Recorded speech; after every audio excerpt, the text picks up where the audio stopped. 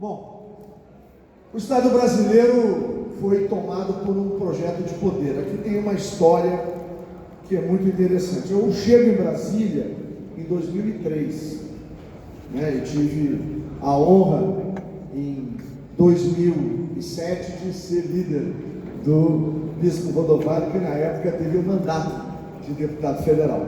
E naquela oportunidade de 2003, eu cheguei, meu partido era grande, era o PFL, nós tínhamos 84 deputados federais, era a segunda maior bancada da Câmara na época, e eu nunca me enganei com o PT, porque eu o conhecia desde 88. E aqui eu quero contar só uma historinha, que ela é de 98, para a gente poder entender do que a gente está falando. Porque quando eu cheguei em Brasília, falava de Foro de São Paulo, falava de tomada de poder, falava de projeto para a América Latina. As pessoas olhavam para mim e diziam assim: Gaúcho é um ET. Ele está dizendo coisas que a gente não vê e não acredita. E aí eu quero voltar um pouquinho para 98, quando na Rádio Gaúcha, em Porto Alegre, eu estou me preparando, eu já era deputado estadual desde 94, estava indo para a Assembleia Legislativa, e aí eu estou fazendo a barba, e aí eu ouço o seguinte: professor, naquele mês de abril, mais ou menos, de 98, Fernando Henrique tinha caído e o Lula tinha subido.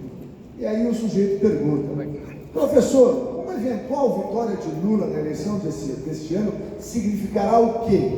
Aí vem a resposta: o renascimento do projeto socialista da América para o mundo.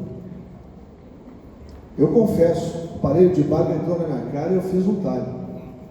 Olhei e disse: quem é esse maluco? E aí vai a entrevista, nunca vem o tal do nome. Termina a entrevista, vem o agradecimento do jornalista.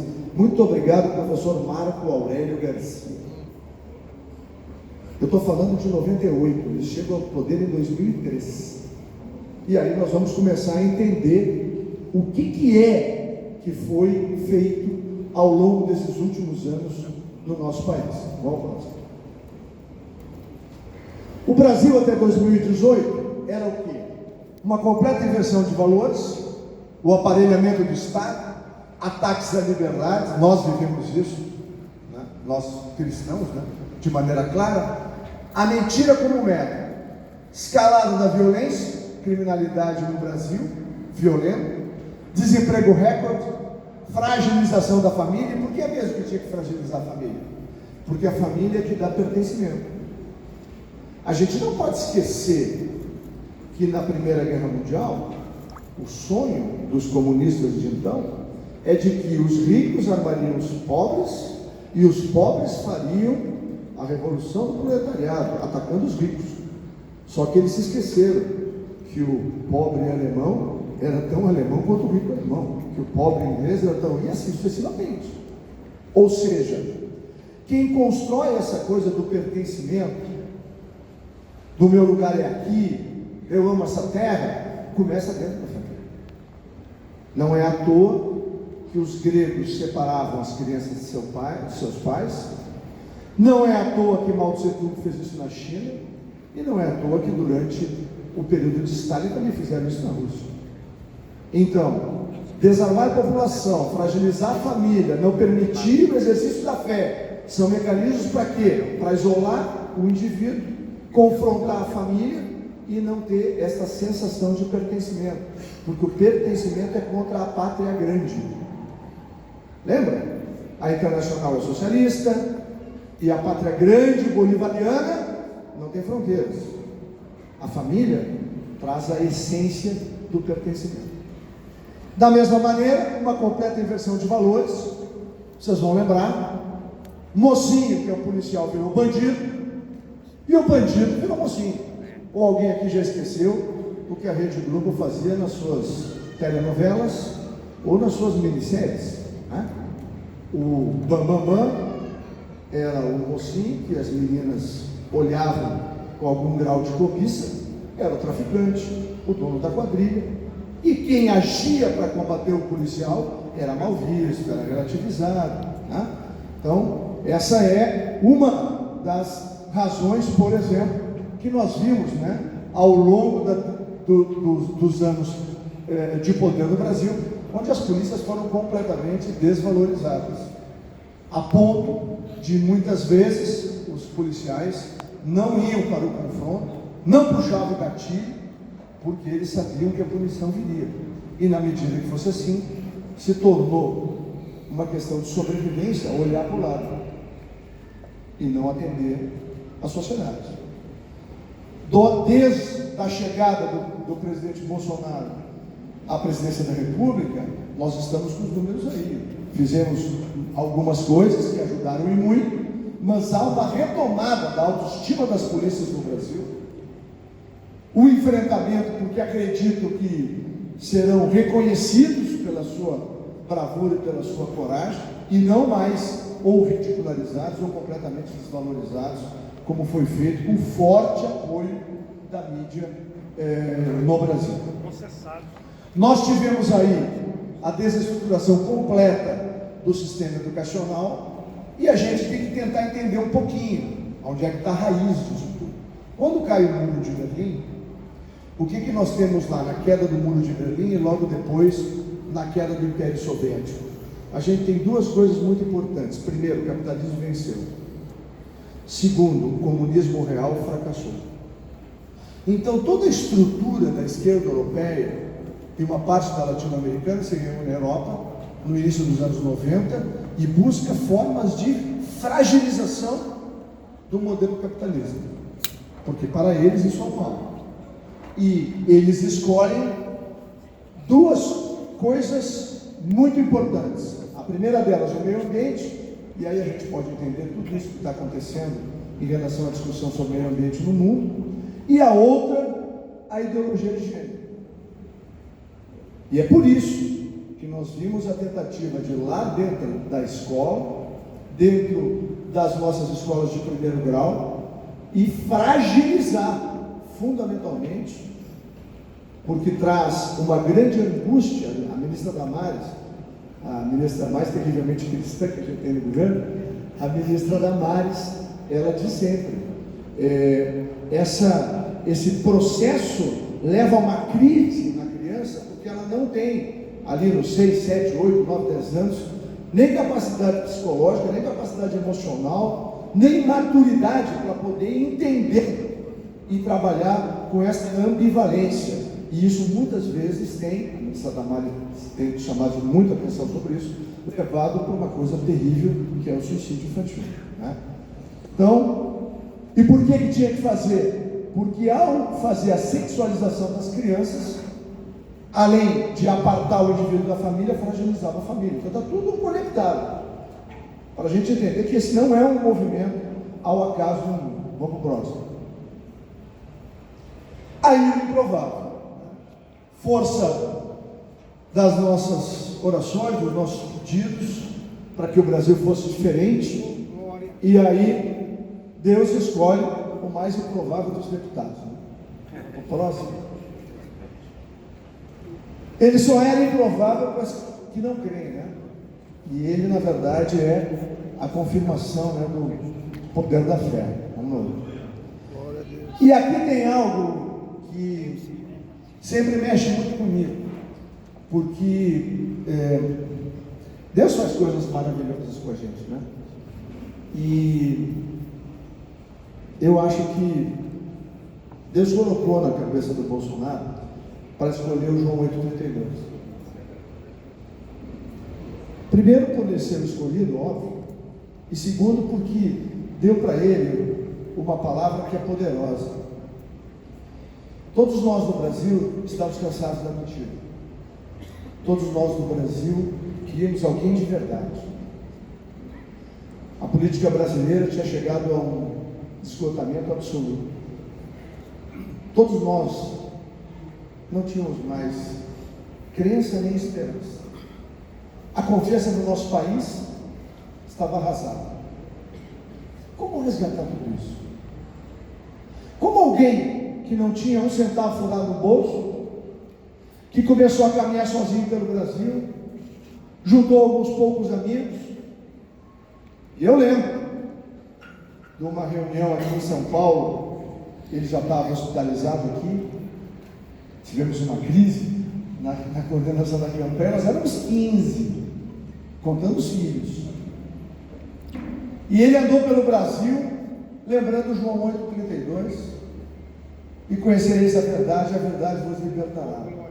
E aí ele foi fazendo essa conexão. Primeiro alguns pegaram a bandeira, depois alguns compartilharam no WhatsApp, aí foi para o Facebook, que na época era forte, e foi por todos os outros meios, e aí essa grande onda, que foi permeada pela nossa fé, pela nossa oração, pela nossa esperança, acaba conectando todos os brasileiros e leva à eleição de um homem que primeiro dobra seu joelho a Deus, segundo, afirma reiteradamente nas praças, nas ruas, nos clubes, de que ele é um homem de Deus. E por fim, ele usa, por determinação para mim dele, esse versículo, que para mim é poderosíssimo.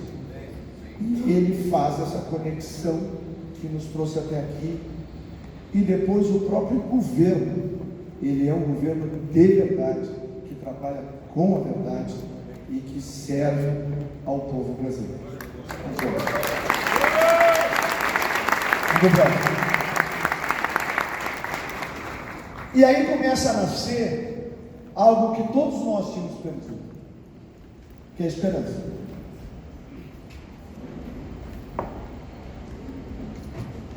E o importante é que a esperança vem em verde e amarelo, recuperando, né, essa coisa do brasileiro, da pátria, da família, dos nossos princípios e dos nossos valores. E que bom, né? Que a nossa bandeira nunca mais vai ser vermelha. Aleluia!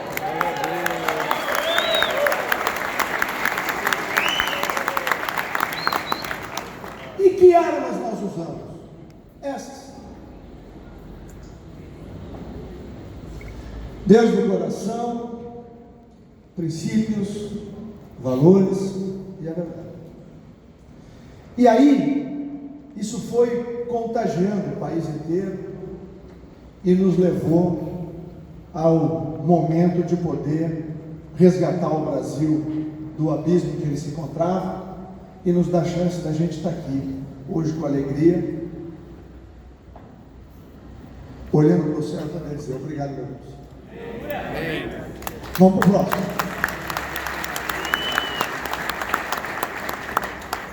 E ao longo do tempo era tudo assim, ó. Nada é maior que a verdade, né? Vamos lá, Bolsonaro bateu no teto e não tem força para se eleger.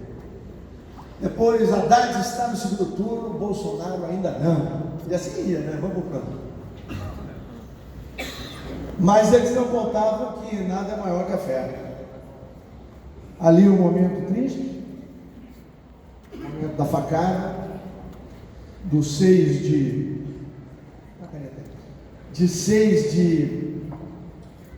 setembro do ano passado.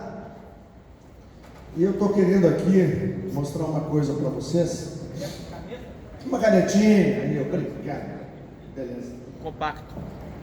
Tem que ser compacto. Consegue ver aqui? Vou ficar bem aqui no branco. Aqui tem meio centímetro, senhores e senhoras. Se aquela faca ali entra, isso aqui mais nele, eu não estava aqui.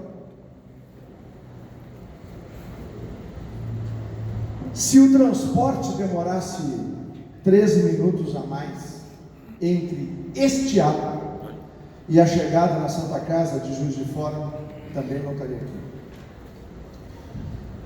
E eu lembro disso para poder dizer e para poder mostrar de maneira clara quanto Deus atuou no enfrentamento que nós fizemos no ano passado.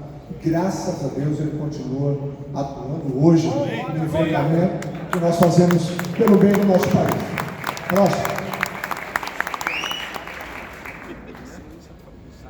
E era assim, né? A gente pequenininho, Era Davi contra Golias, e as coisas foram andando, e o poder da fé do povo brasileiro, o poder dessa palavra maravilhosa que eu acabei de falar, foi tudo sendo construído e direcionado para o final, que é esse que a gente vai ver. Vamos lá para o próximo, que foi a vitória no primeiro turno.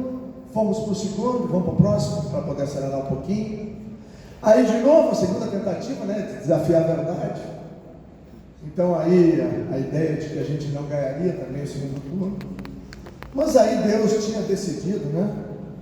Era só o tempo passar, e aí vem o momento em que nós vencemos a eleição.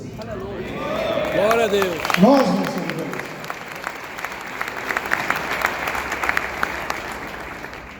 Vamos lá para o próximo. Eu gosto muito dessa frase, eu guardo ela com muito carinho, porque ela é a síntese do que a gente está fazendo, que é fazer desse país uma grande nação. Quando a gente começou lá em 3 de novembro do ano passado, porque assim, terminou a eleição, dia 28, a gente teve um pouquinho de paz até às 7 horas da manhã do dia 29, e depois o palco mesmo, quer dizer, a Folha de São Paulo, Estadão, Globo, aquela coisa que todo mundo sabe, né? Veja, isso é, a extrema imprensa que não tem nenhum grau, né, de correção nas avaliações que faz e nas palavras que fazem do governo e do presidente. Mas ele ali no dia 28, ele disse, vamos fazer desse país uma grande nação. No dia 29 a gente já começou a apanhar de novo da imprensa. No dia 30 me chamou para um café e disse, ô Gauchão, ele me chama de Gauchão, ô Gauchão, vou arrumar uma para ti. Eu disse, qual é a chefe? Vai fazer a transição. Eu disse, o quê? Vai lá para Brasília e faz a transição. E aí, quando eu voltei para o hotel, a amada Denise estava lá, que é minha esposa, e aí eu disse, vamos botar o joelho no chão aí, porque a missão é gigantesca. E aí a gente orou muito, e no dia 13 de novembro nós começamos a caminhada que nos traz até aqui. E como é que a gente começou? Vamos ver um pouquinho aí no próximo. Nós já adotamos desde 3 de novembro os padrões de governança da OCDE. Por que isso é importante? Porque são os 36 maiores países do mundo aonde a governança tem transparência, honestidade, respeito à cidadania, e todos esses princípios estão sendo seguidos desde o dia 3 de novembro. Nós acabamos com os ministérios de porteira fechada, nós já fomos 40 ministérios no Brasil, 39 para ser preciso. Hoje nós somos 22 ministérios no Brasil. Passamos esses meses todos desburocratizando, simplificando, reduzindo o tamanho do governo para fazer aquilo que ele dizia, né, de tirar o governo do cangote do brasileiro e dar um alívio na nossa vida. Escolhemos fazer a nova Previdência porque era necessário reequilibrar o Brasil. O Brasil, eu falei isso no início, estava à beira do precipício aqui. A Grécia brincou com esse negócio, caiu no buraco, ficou esperando que alguém lá da Europa desse a mão, até agora não deram a mão para a Grécia. É uma tragédia. Portugal chegou bem na beirinha e do dia para a noite cortou 30% as aposentadorias das viúvas e viúvos. Portugal sofreu muito, mas hoje é um dos países europeus que mais cresce. E nós chegamos ali, na pontinha. Era muito importante recuperar isso. Nós conseguimos aprovar a maior reforma da Previdência que um país ocidental conseguiu fazer de uma única vez. Uma potência fiscal grande, e significa o seguinte: pelos próximos 30 anos, ninguém precisa se preocupar, vai receber sua aposentadoria em dia, não vai haver problema no Brasil, e o Brasil hoje se apresenta como nós apresentamos o Brasil agora na China, nos Emirados, no Catar e na Arábia Saudita, e onde vamos apresentar agora na Inglaterra, na Alemanha, na Itália e na Rússia, como um país resolvido fiscalmente. Hoje o mundo olha com respeito para o país chamado Brasil.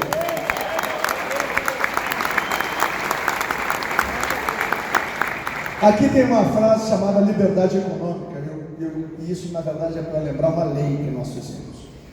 Desde que o Brasil é república, e há pouco nós comemoramos a proclamação da república, o cidadão, quando chegava diante do agente público, tinha que ter certidão, autorização, xerox disso, daquilo.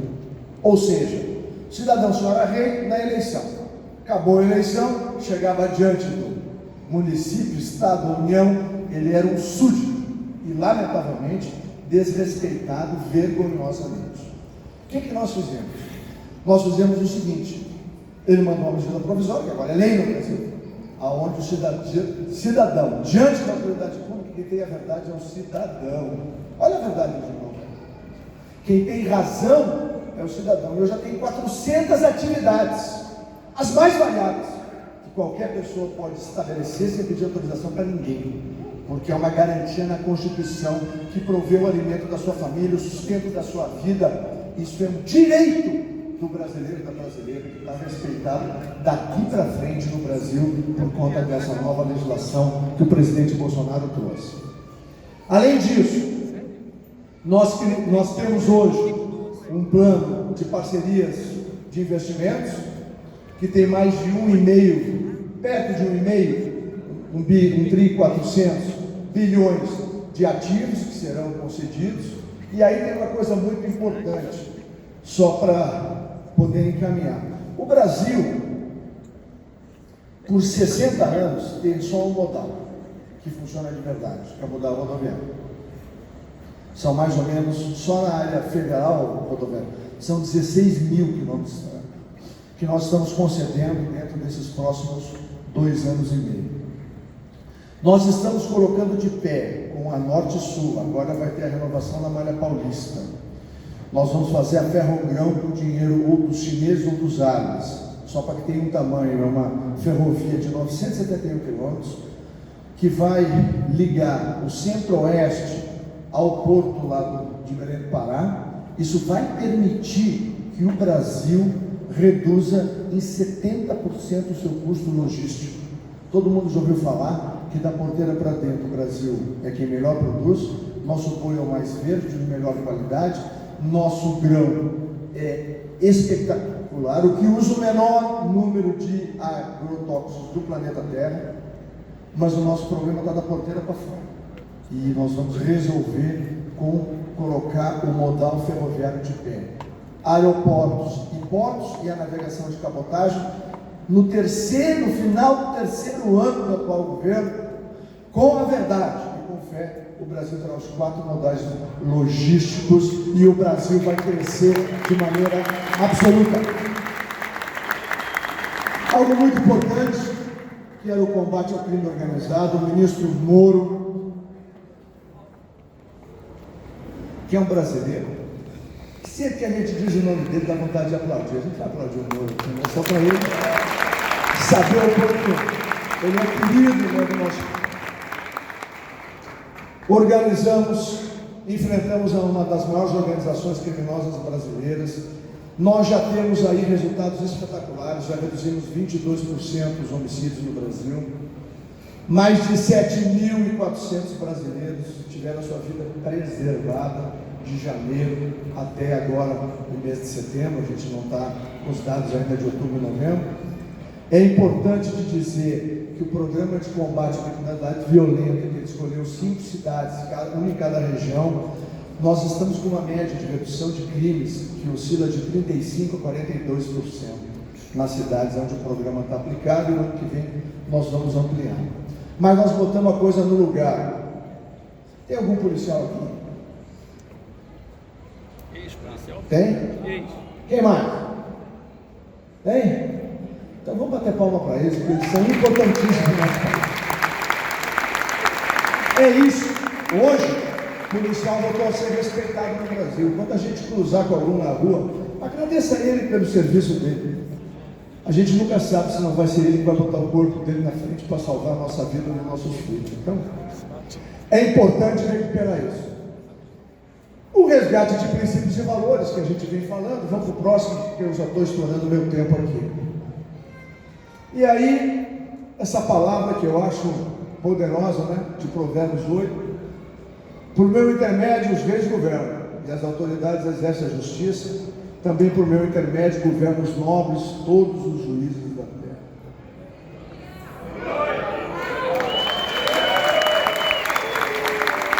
Vamos para o próximo. E o novo Brasil já nasceu. Valorização da família e respeito à família. A queda na criminalidade. Todos os indicadores da produção estão em ampliação no Brasil. Nós devemos crescer solidamente no ano que vem. Mais de 2,4 é o índice que nós vamos buscar de crescimento no próximo ano. Já geramos até o presente momento mais de 800 mil empregos.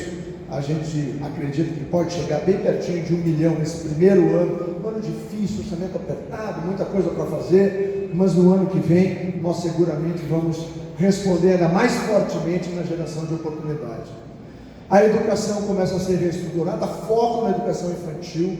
Antes do Natal, vocês vão ver um processo que nós estamos trabalhando. Na sexta-feira passada, a Damares, o ministro Abraão, o ministro Osmar Terra e a equipe lá da Casa Civil, nós reunimos uma série de técnicos e estamos montando um projeto para ser apresentado antes do Natal, que todos nós vamos mais uma vez agradecer a Deus por nos iluminar e nos conduzir para garantir boa educação e bom futuro para as nossas crianças. Não importando onde elas estejam, se é pobre ou não. Criança precisa de amor e atenção. Recuperamos o respeito internacional, o direito à legítima defesa foi resgatado, e isso é algo fundamental. Nenhum governo, e durante anos, começou lá com Fernando Henrique, passou pelo PT, passou pelo último governo, o governo brasileiro dizia o seguinte: pode entrar, com uma plaquinha na nossa porta, que aqui dentro ninguém tem como se defender. Era isso. Os governos tinham roubado o nosso direito de defesa, mas graças a Deus, desde o 1º de janeiro, a gente recuperou a capacidade da gente poder proteger a quem a gente ama e a nossa própria vida. Recuperamos a infraestrutura, eu já falei rapidamente disso. Agora uma coisa muito importante. Gente, é 11 meses de governo e é zero de corrupção, e vai ser assim até o fim, porque a gente foi eleito para isso. Próximo. Bom, eu quero só terminar dizendo o seguinte: ontem nós tivemos uma reunião ministerial do Conselho de Ministros, e de novo ele repetiu: nós ganhamos uma oportunidade de Deus, nós temos que servir o Brasil, nós temos que transformar o nosso país, nós não podemos fraquejar, nós não podemos errar. Nós temos que transformar o Brasil numa grande nação. Ele repete isso de 15 em 15 dias para toda a equipe ministerial. E muitas vezes, quando as coisas são difíceis, a gente bota o joelho no chão e ora. Glória a Deus. Para que Deus nos dê o discernimento, o entendimento, saiba os conhecimentos. Eu quero aqui pedir para vocês que continuem orando por ele, pela família dele, por toda a equipe que está no governo, para que Deus continue operando, e que todos nós temos a consciência de que nós estamos num processo transitório, que nós temos uma missão a cumprir, e que nós devemos isso, nós que temos fé, e não temos medo de proclamar nossa fé, e temos que fazer isso para cumprir que a gente é sal da terra e luz da vida. E esse é um governo que, ao se estabelecer com a verdade, ser temente a Deus, ter reafirmado que lá no Supremo Tribunal Federal nós vamos botar sim um ministro terrivelmente cristão. Glória a Deus. William Douglas. Isso, meu Deus. E uma coisa que é extraordinária é a seguinte: Também apoio. hoje nós podemos olhar para o presente sem medo, com o apoio de cada um de vocês, com a oração de cada um de vocês. Nós olhamos para o futuro com a certeza de que há futuro para os nossos filhos, para os nossos netos, para cada um de nós. E por fim, tenho orgulho de novo, desse líquido país, que graças a cada um de vocês, está se transformando numa grande nação.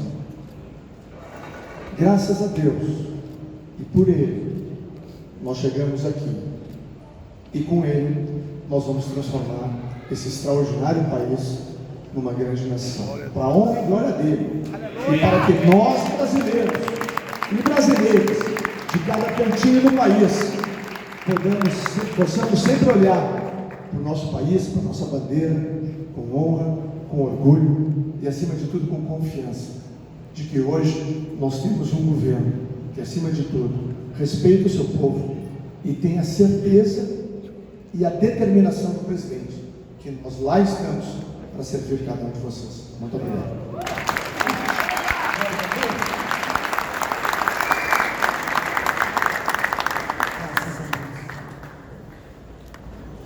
Eu queria convidar todos os nossos preletores que estiveram na mesa ou que vão estar, subam aqui, por favor.